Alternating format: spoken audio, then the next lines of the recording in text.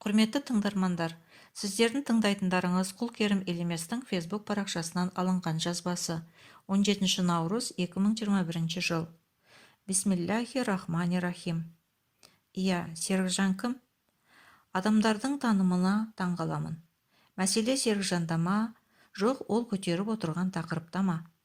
Соңғы 5 жылдан бері Қытай коммунистері құдайсыздары тарапынан біздің сонда Қытай Халық Республикасында Құдай берген өз жерінде тұратын халқымыздың бір бөлігіне және Қытай Халық Республикасы еліндегі басқа да жер иесі саналатын қаншама этностарға өзі жұтып отырған мемлекет иелеріне геноцид жүргізіп жатқанына әлем елдері қарсылық білдіруде.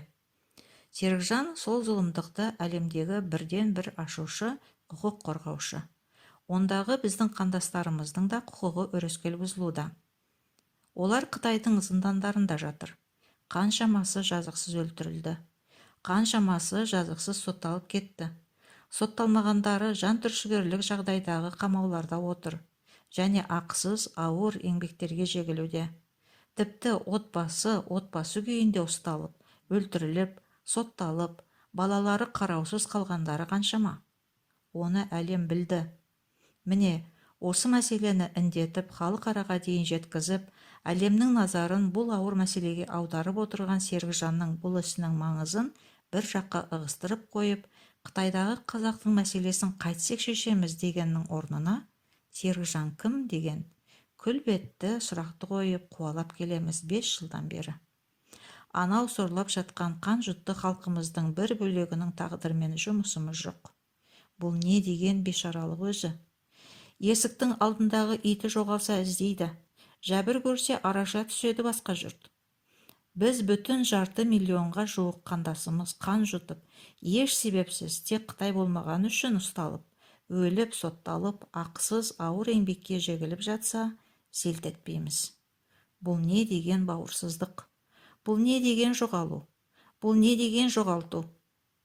Иә, Серікжан сол топалаң тиген бауыр етіңнің жоқшысы. Қытайда қазақтан басқа да миллиондаған этностың түрмелерде шіріп жатқан мұсылман бауырдың құқығын қорғап келе жатқан ғаламдық деңгейдегі құқық қорғаушы. Ол нағыз адам. Құдайдың құлы, Мұхаммедтің саллаллаху алейхи уассаламның үмметі. Ол кешегі империялар табанының астында жоғалтып алған өзің, намысың, қоятқың, сана ашқышың. Оның сені алаңдатып отырғаны оның нағыз адамдығы. Иә, солай. Альхамдулиллах. Сансыз мадақ күллі әлемдердің Раббы Аллах тағалаға болсын. Сансыз салауат күллі адамзатының асылы пайғамбарымыз Мұхаммед саллаллаху алейхи уассаламға болсын. Жазған Құлкерім. Мәтінді оқыған Карима Сафилақызы.